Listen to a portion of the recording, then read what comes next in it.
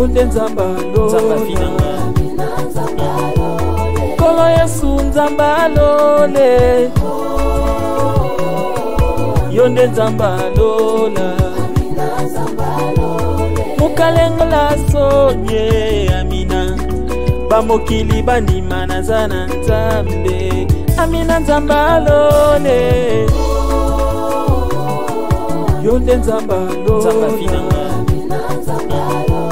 Kolo Yesu nzambalo le Yonde nzambalo la Mukalengo JDM TV News, la chaîne des lumières. C'est votre chaîne. Abonnez-vous. Bonsoir et bienvenue dans votre chaîne JDM TV News, chaîne chrétienne, chaîne des lumières. Nous sommes encore ici pour notre rubrique Gilbert reçoit un pasteur. Et aujourd'hui, j'ai encore reçu un pasteur que je vais demander à ces pasteurs de se présenter pour nous montrer ou nous faire savoir où il est venu et comment il est apparu ici dans notre chaîne JDM TV. Bonsoir pasteur. Bonsoir Ndeko Gilbert. Naebi que vous avez mutoda au Woumel na JDM TV News, mais pour bateau ba côté sika na JDM TV News, banbayeba c'est qui les pasteurs et puis Aouti na ensemble ning. Merci Ndeko Gilbert. Comme langai pasteur Daniel Iyanga. Naza pasteur na la communauté évangélique Vie Nouvelle, c'est 20 ans cycle. Ici quand naza ko évoluer na extension ya commune à Kinshasa. Je suis pasteur et si vous remarquez, nous sommes dans l'église, c'est après événement, il y a des jeunes, il y a communauté 7 ans. Alors on s'est dit en tout cas pasteur tu profiter de l'occasion pour que tu poses ma question qu'on avait. Yango et quoi que sunga biso penza makasi. Pasteur, nous sommes dans Katia Masolo, il y a la réalité des églises. Là, on parlait d'abord pour l'église et aussi pasteur. Et ce qui n'a se rappelé bien, la fois passée, tu parlais sur le pasteur. Pasteur, comment est-ce que titre a commis apôtre, a commis prophète, mais sans passer peut-être par l'affermissement. Monier a persévérant. Et son pasteur a préféré Mbamoko à comme ses pasteurs et il y a des dégâts et belés dans l'église. Mais aujourd'hui, pasteur, nous voulons poser la question au Batouni Bisso qu'est-ce qui se passe si aujourd'hui les pasteurs titulaires Nzambe Azu Moli Monaye et l'Okonini et Oko Salama ou bien qui peut remplacer tel pasteur ou à Koufi, ça peut être Brisque, to à Belaki, mais à Koufi Nasimanango. Qui peut lui remplacer, pasteur? Merci beaucoup Ndeko Gilbert. Et merci également Naba Bonignon surtout à JDM TV News. Ok. Oyo bozo pesa biso matoi attention et puis ba vu na bino pour na ba émission nza marocha biso na mitema pour na to partager na bino. En tout cas Ndeko Gilbert, question ezali très importante. Ok. Et je sais que c'est une question importante et puis à la fois aussi compliquée. Ok. Très compliquée parce que na quoi qu'on réponde à une question oyo na ba ndenge belé. Ok. Alors, question na yo ce qui est le pasteur Nzama Bengi Moli Mono pasteur Akoufi qui va remplacer le pasteur. Ouais. Alors, wana en tout cas, excusez, ils dépendent na ndenge à chaque assemblée, na chaque église ndenge zalili. Na Cannabis, par exemple, il y a notre communauté évangélique Vie Nouvelle. Nous sommes régis par un statut. Ok. Il y a un statut. Nous avons aussi un règlement d'ordre intérieur. Et définir l'organisation de l'église et définir les choix des pasteurs, oui, les choix des représentants légaux, la succession, tout est défini dans le statut. Ok. Mais dans l'église, nous sommes normal parce que nous avons à l'État pour l'église, une personnalité juridique. En principe, il faut un statut, il faut la paix, un règlement d'ordre. Ça, okay, c'est la loi. Donc, on se sentait que toutes les églises où les alliés coexistaient, il y a un document. Okay. Mais maintenant, les documents, il y a un Moutupende a pouvoir changer, il y a modifier, il y a c'est ça. Bon, dans le cannabis, ta communauté 7, biso, il y a pas, il y a, donc ça dit, ceux qui sont dans l'église, il y a deux pasteurs, l'autre a une responsabilité. Ok. Ceux qui église dans un pasteur à Moko et que le pasteur meurt à Koufi, donc la communauté a décidé pour établir l'autre pasteur. Ok. Voilà par rapport à notre communauté. Ok. Et sur la communauté bien organisée, il y a un SCC, c'est comme ça l'organisation. Mais tout ça aussi en face, il y a un ministère. Mais quand le ministère était, mais même l'église, M. Spé, Azali, organisé, régulé par des lois, mais peut-être qu'il y a aussi mon attente sur la décision selon Moutueno, selon qu'on respecte peut-être Nenge Mibeko Sengeli pour Nabango. Ok. Voilà, mais en réalité, tu dis ce que les pasteurs à Koufi, communauté est à place. Donc, moi, si je suis comme pasteur, la place Nangati. Ok. Moi, je suis comme pasteur, la place Nangati, mais c'est la communauté qui va décider qui me remplacer ou qui remplacer l'autre pasteur. Voilà. Mais pour le cas autrement, le pasteur a bâti l'église.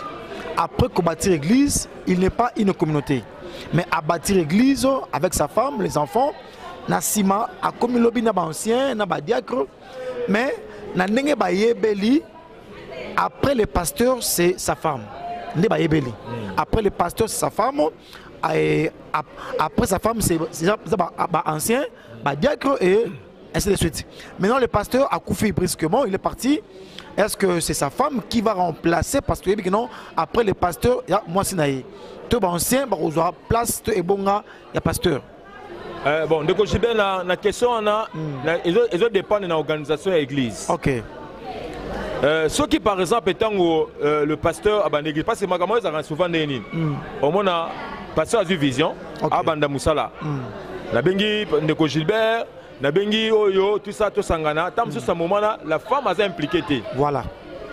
Tam sur ce bandagi boulot aux annonces célibataires. Ok. Donc moi ça qu'il y a après. Après. Tant sur le bandagi boulot on a déjà marié, mais la femme n'avait pas un statut particulier. Okay. Par rapport à l'église. Tu dis que non, bon, tu as 4 5 au Baniba accompagné Vision. Donc, d'office, Bazali est cofondateur de l'église. Ok.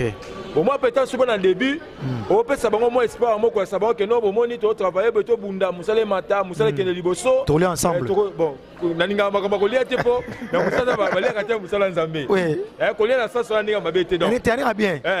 Tout banda boulot to se retrouver peut-être nzambe so pas moli biso makambi fungwami chacun va se retrouver voilà ce que muto sazo atie makasi na ye atie mayele atie be fort na ye parce que yebi que peut-être un jour nos intérêts mais tant ba to bani ko avancer makambi ko mo mata ba to ba teta mso mona na ndenge ya kubatama tam so makambi se change lobi au mona bon pasteur abiote désormais faut boyer ban église songa na zate c'est ma femme.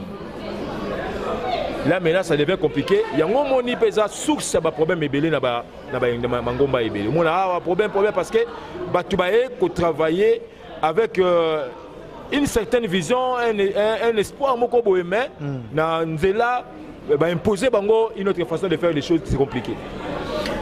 Namona pasteur Moko a yebani pour l'église na Congo awa surtout pendant que a été habité non à part moi c'est mon fils qui pouvait prêcher. Et il sait prêcher plus que Bino Awa. Qui a une doute? Ancien, pasteur Moussou qui parce que c'est le pasteur, mon collègue l'église dans le Bikeno, à parier. Moi, naïe à terre bien, et puis à terre plus que le pasteur Moussou. Donc ça montre que si le pasteur n'est plus là, c'est son fils qui va le succéder. Alors, et là, quand on a ce qui lobby pasteur Moussou qui ailleurs, sali l'église. Toi, sali l'église, est-ce que vous créez problème? Bon, d'abord, Ndeko Gilbert. Ah bon, mais on était na Poulele. Donc, d'abord, Ndeko Gilbert. Ils ont marami balé. Ok. Et le quoi liboso, ce qui pasteur. Azolo banabatu, na miso batu ke, na église au bout du côté yaté, c'est que d'abord celui qui y a un problème. Aza problème parce que ngai po ngai faut na Sony. Vraiment.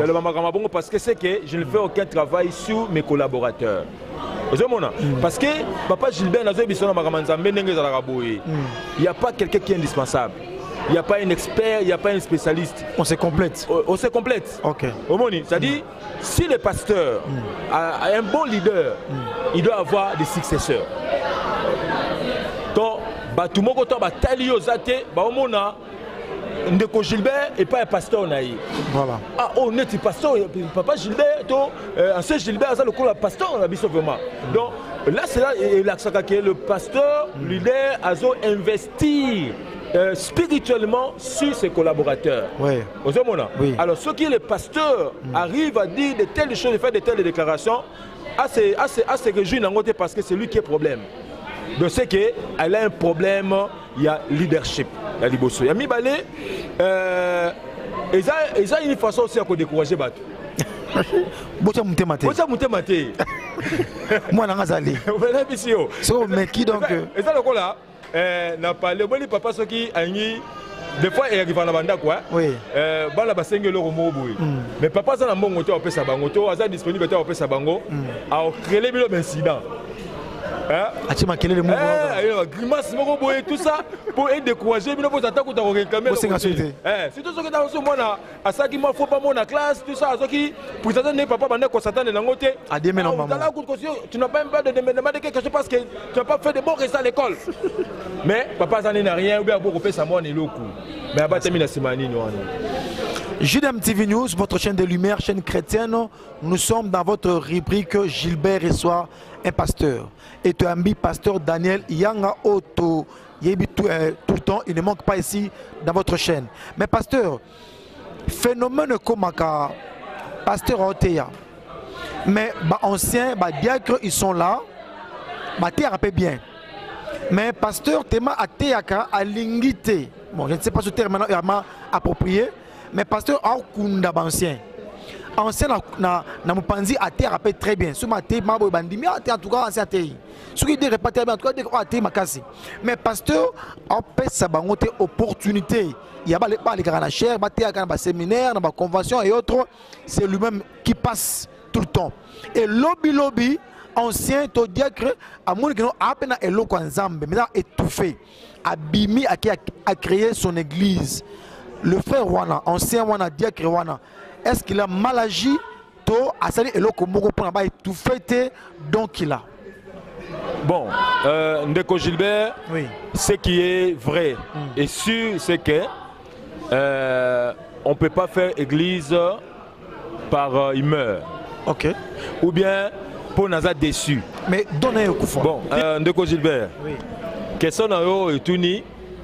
Il y a des questions beaucoup compliquées parce que, en principe, Moutako qui ne soit l'église c'est par humeur ou bien pour hasard déçu. Il faut sentir cet appel de Dieu. Ok. À sentir cette conviction. Vous comprenez? Oui. Et puis, tout appel doit être travaillé, doit être façonné. Il y a un moment où tu as des problèmes, il y a des problèmes, des scandales, il y a des dégâts de ça dans le ministère, c'est parce qu'il y a des gens pareils. Et la cité que ceux qui n'ont ici, comme peut-être que tu sais prêcher, cette occasion, tu vas tout faire. Tant sur ton père spirituel, à Zali, comme maillot, à même la maturité. Pour nous sommes comme apprécier. Le que ce matin, la moto pressé, comme il a un motema. Quand pressé, il ne se contrôle plus. Dans ce moment, comme si c'est à commis, mais nous doit encadrer. Parce que, papa Gilbert, ce qui est vrai, il faut que ton père spirituel soit constaté que tu as un appel. Tu as la vocation. La preuve en est que Moukolo Oyo, Samuel Azok appelle, il ne comprenait pas. Samuel, à qui m'y pas Élie. Deuxième fois, Samuel, à qui pas Élie. Troisième fois, quand il y a mon Babengi. Ceux qui se souviennent que Benga, le bas, me voici, pas les écoute. Donc, il faut aussi que ton père spirituel constate. Mais, il y a bien tes alliés. Ça dit, il se considère comme étant lui le meilleur pasteur, le plus grand et qui a à cause de la concurrence. C'est qu'on a la tête. Des fois, les gens ont peur de cette concurrence. Il y a un moment, des fois, ils étouffent les gens. Mais Moutou Azana Ilo Kwanza Menakat Naye, à Obangati, ceux qui Moutouma ont émergé, Pembe Naye, à cette opportunité à émerger, à déranger les l'autre côté. Tout ça. Tout le monde a preuve de l'église de Bela, au moins, on avait pasteur, Azu, Batmoussa, on peut passer, Baza Pembe, nous sommes ensemble sans problème. Les autres dépendent de quand on a Moutou, Aza, le coup, la père spirituelle à Moutou, peut-être de se comporter. JDM TV News, il y a des questions. En tout cas, on ne sait pas si on va poser tout à Boye, vu le temps. Mais pasteur, il y a un phénomène aussi qui arrive que Bouyambi est un pasteur visiteur. Aouti Bakongo, Aouti Chikapa, Aouti Poto, je ne sais pas moi, un prophète. Aïe, athée tellement bien l'église. Je dis bien athée tellement bien parce que Matthieu a bien rompé athée. Mais athée bien l'église et Nassima, Bandimi, Balingi va consulter. Ne agno papa moni ngana promo boy prophète moni ningo sekela ko sekola ngana boy je veux ceci ou cela. Maintenant le pasteur moko l'église a ko lingate. Ah bon, ceux qui ne pas pasteur ou pas prophète, je risque de perdre mes fidèles.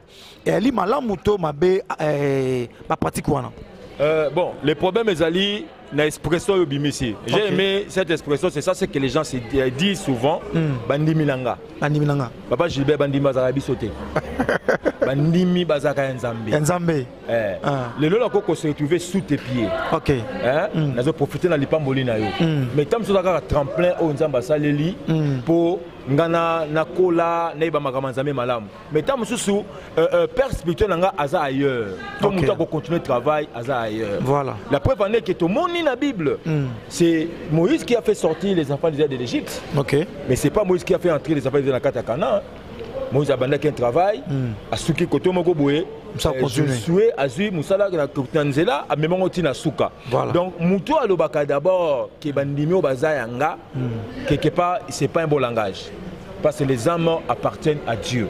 Voilà. Mais na ba mboka na biso pelo to koma pe na ba wabenga ba pêcheur aquarium. Il y a des gens qui, des fois, au bazar, animés dans mauvaise intention, aïe la lingoma nayo, ils te ravit les âmes.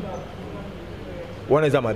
OK. Mais ceux qui, par exemple, Moutouma y côté, n'a senti que Makamba Ebisingaï et touché mon thème et que peut-être qu'il a senti conviction qu'il n'est évolué auprès naïe. Et ça problème parce que le plus important c'est pas que Moutabungi Nzelan Zambé. Ah, tu dans les seigneurs. Ah, dans les seigneurs. Mais biso comme ça m'a dit biso, il y a un moment qui a un problème à guerre. On a désormais Mouto à hauteur sur l'église d'Angade parce que Azui Banga Bandim. C'est qu'on peut facilement laisser Bandimi aller vers prophète Wana, Bayoka Lisakoli, Bayoka Badigretive, mais il reste toujours Bandimi église nayo. Mais il y a un problème. Ceux qui, par exemple, les problèmes c'est que Mouta qui n'a rien à qui c'est comme habité. Ceux qui, par exemple, il peut aller chez les prophètes et qui a quelque chose. Il y a cause à la table sous Suboué, n'a pas le rapport n'a eu chaque jour. Mais peut-être, le Komoro est fungwa ma pénalité. Mais mon commission sur Moutaïen n'est pas na yobo, yo semble pour na yobo, nous avons déclenché quelque chose. Vous comprenez? Donc Dieu peut faire des choses comme il veut. Mais le problème c'est que tu privilégies d'abord l'œuvre de Dieu que nos propres intérêts. Là c'est bon. JDM TV News, votre chaîne chrétienne, chaîne de lumière. Il y a tellement de questions qu'on a posées. On essaye vraiment, il y a qu'au décortiquer en gros, dans l'espace autorosoir. Mais pasteur, il y a aussi un autre phénomène parce qu'on parle des réalités des églises. Vous trouverez dans une avenue, il y a au moins 4-5 églises, il y a pratiquement Pembeni. Et ceux qui ont remarqué, il y a des églises au Talaniboui. Donc au numéro 55, au numéro 56. Alors, dimanche, on va prier presque heure moko. Koto adoration, koto adoration, koto matéa, koto louange, koto matéa. Alors, pourquoi ne pas, en tant qu'église, vous prier Nzambe kakamoko, koyokana, vous décaler horaire par exemple. Bon, nous on commence de 8h, 12h. Quand nous terminons, vous commencez de 12h, je ne sais pas moi. Est-ce que c'est possible aussi l'église Pessingarabongo pour ne pas être vraiment dans il y a un gang en avenue et puis ça complique les choses? C'est possible. C'est possible parce que l'intérêt, il y a œuvre il y a Nzambe qui est à Bissobatu. OK. Na Makamolobi, ce sont des choses que nous vivons tous les jours. Parce qu'on vanda qu'on évolue. Na mon église Moroboé, na Kassavo quelque part. Donc Baza en face. OK. Quand 55-56. Voilà. Donc le pasteur de l'autre côté a donc ce babandi kotana bakiti ami bandana kotana bakiti nangamba baninga. Donc ami tande là ça dit allié bango déjà terrain et espace espace déjà allié bango espace. Alors sikoyo tant on quitte Kobanda donc à cause ba streamer musique ba tomboli musique et zo beta baninga et kundi bango mamo. Kundi donc et comment le la guerre. Papa, ceux qui moussala parce que le cas problème c'est quoi mon frère? Et c'est que si nous servons réellement le même Dieu, le même patron, c'est-à-dire la même société, donc nous devons faire des choses comme étant les enfants de Dieu. Voilà. et parti ba se carapé biso ah mais ndenge nini bango na bango na nzambe ba kosa makambo boy en réalité papa ceux qui ndenge biso to apprena ki na makambo ya ba implantation d'église OK ezali que ceux qui na kati na baba la oyo na kuti église ali donc il faut nazo au moins écart moko ba 500 mètres donc na kokocha église en face à moningati voilà. Normalement le principe ya implantation ya rabon mais lelo ezaka sou bongoti et comment le ko la concurrence et que concurrence déloyale. Oui, pasteur, on a la réalité, il y a une église, vous verrez, église 56, 57. Alors, combat penza na kati ya bason, wa juma tala ba flemna cheli bango. Mais je connais un pasteur ou yaka ko somba lupangu pour l'église pera toujours. Mais une fois a commis sur place, à mon lupangu za église. Ah, c'est une église où kufato ba ko fonctionner ba fonctionner. Et mais comment moi je peux venir acheter une parcelle où œuvre nzambe ezali parce que ngana bengana église ou on pour ngana compter comme œuvre et pourtant na bango na biso to toujours batwa nzambe ka moko. Ce pasteur là a refusé d'acheter la parcelle pour que non il y a une église na kati. Mais aujourd'hui tout le monde a pasteur mususu aye ko so malupangu place yo église pezali et ils ont préféré l'église et Kende pour que Bango va remplacer. Mais vous servez quel Dieu? Bon, nous avons la question. Ok. Maramotozo ba église en face. Ok. Comme ça ça na Masina. Na ke hôtel na église na biso moko Masina. Mais bon, na Kende natala muninga na ngamoko to tali muninga na peka pembeni wana. Fallait que l'un de nos pasteurs, il était malade. Là qui était dans cet ami là m'a accompagné à Poussanga ti côté de pasteur. To comme la baba na bango des églises etalana. OK. A bisinga moni begizo mi balé l'état mutu suspend l'état mutu akata bango makambo. L'état imposé bango décalage à heure. Vraiment. Pour bitumba entre bandimi mi balé et il y a des églises pour na makelele. Makelele. C'est pas possible. C'est pas possible. Non, c'est-à-dire si réellement nous servons Dieu, pas nos intérêts, to comme na ba niveau on a été. Tokoma jamais na ba niveau. Alors, mais question tuni ya makamutali ko somba lupangu. Bon, papa Gilbert, ça dépend d'abord le monsieur là, na ko ba que c'est quelqu'un à féliciter. Oui oui. Azana sens à respect, ya makamanzambe. Mais a osala asali pe mabe mingi te so asomba ki yango pe. Tu vas rater kasali mabe. OK. Il y a quand même le respect mais il arrive quasi offre. OK. Parce que l'église qui a parti à na mbongo ya somba te. Ce ko ya osandeli. Peut-être ceux qui a peut consommer yango ceux qui favorable mais après si bango tam ça temps et belé ya baluka le malé mais qui a bengana après ça bango net mise en demeure ou bien préavis 3 mois 6 mois té bon bozo par exemple 2 ans boluka place ya ni et pour zapper ma bête mais ndenge pas sali en tout cas nzamba pambola e nzamba bête.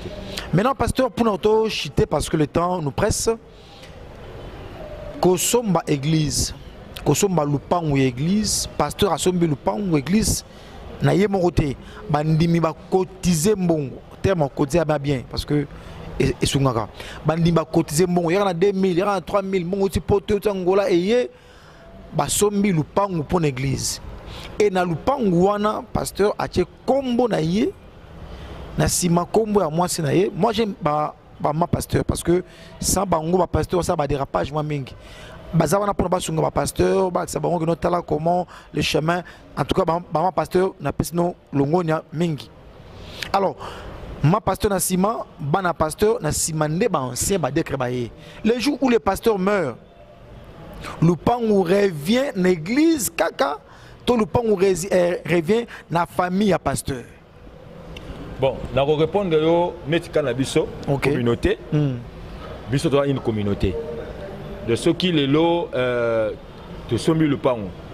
Mama pango tozango ondam tozango ya communauté. OK. Ils ont un combo ya mututé. Voilà. Ils ont un combo ya pasteur té o azo kamba église wana, ils ont un combo ya communauté. Communauté.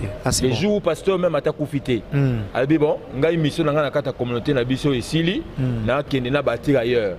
Il doit prendre ses mains, sa femme et ses enfants bakei. OK. Batiki le pan en église. Il doit rester même le matériel. OK. Normalement parce que c'est défini na katia règlement la biso. Ok. À part ça, comme nous portons sur les statuts, il y a ASBL. Ok. ASBL normalement. Ce qui est là, le pasteur n'est plus là. Et que l'église, c'est l'affaire sociale à s'en charger. Ok. Normalement, le quoi va barater. Donc, tu as une affaire sociale et ils ont matériel surtout qui est dans compte à l'État, l'affaire sociale. Alors, mais là où il y a un problème, c'est quoi? C'est que des fois, les gens ne sont pas sincères. Et peut-être tu as aussi quelque part une ruse ou bien une forme déguisée escroquerie. Vous comprenez? Oui. Parce que quand on est sincère, tu lances appel pour notre somba le pan pour l'église. Il arrive nabi église moya munene na Kinshasa, une grande communauté. Il y a un ami qui prie là-bas à Betelinga Lisolo, on a vérifié dans le mais il m'a confirmé cette histoire. Ok. Parce que ça me l'a raconté. Ok. Abilanga pasteur Akoufi.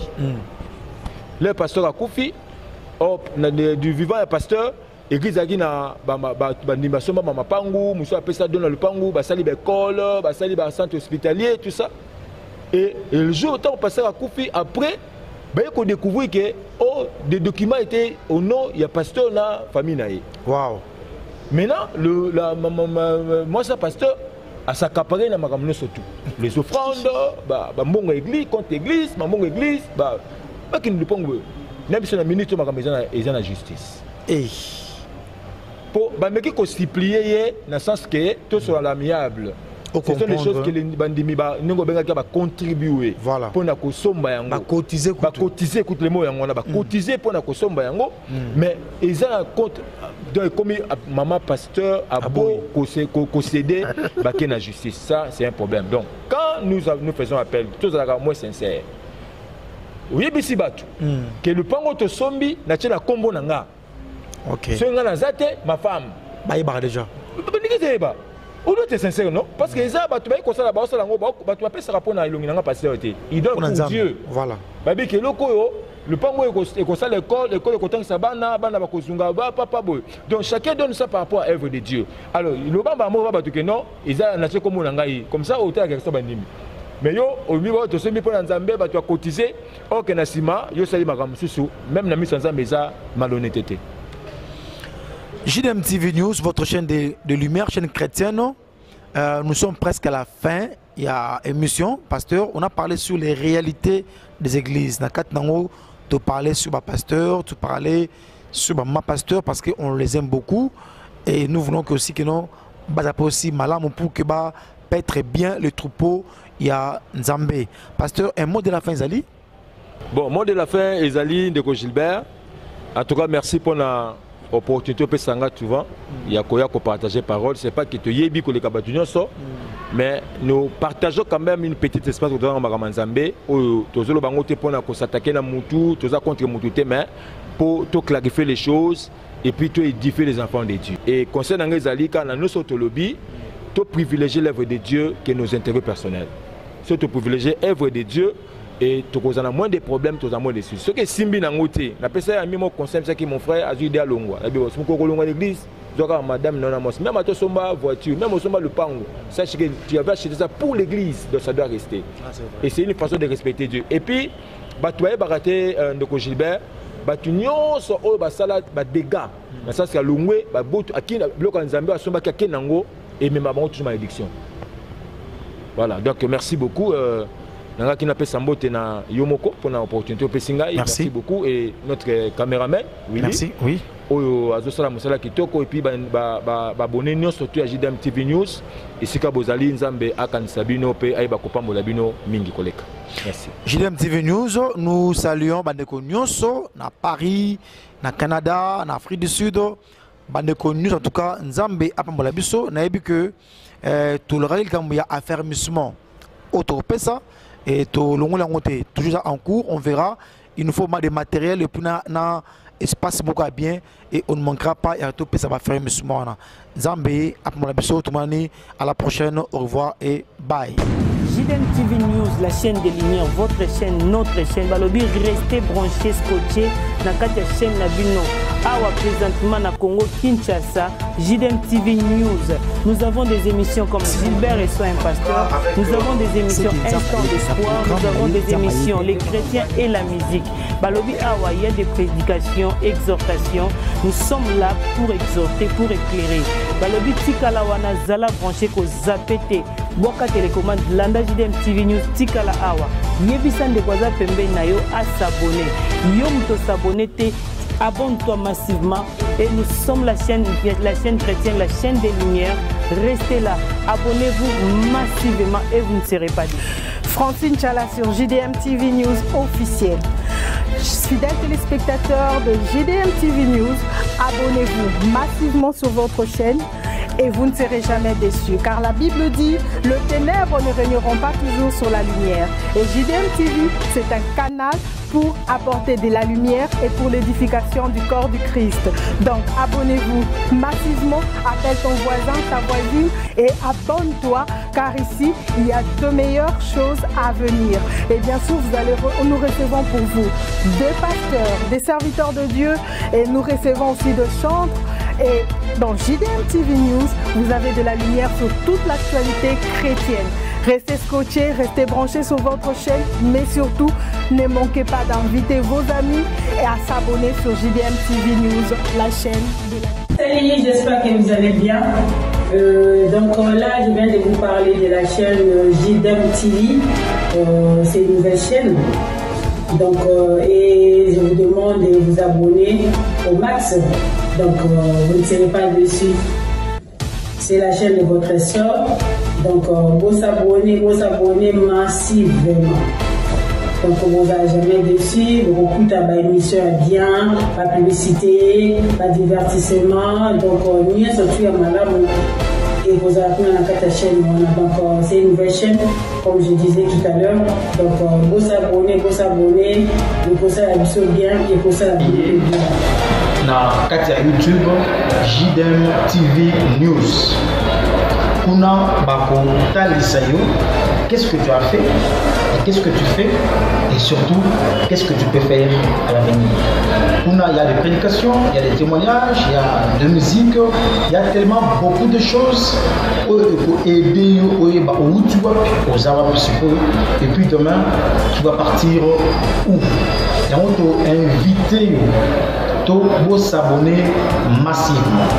Et tant que vous s'abonner massivement, j'espère que vous ne serez pas dessus parce qu'il y a tellement plein de bons trucs qui vont vraiment vous aider à aller très loin, même dans la vie chrétienne et puis même dans la vie sociale parce qu'on parlera beaucoup de choses. Abonnez-vous massivement et je sais que Dieu va vous bénir. JDM TV News, la chaîne des lumières. C'est votre chaîne. Abonnez-vous.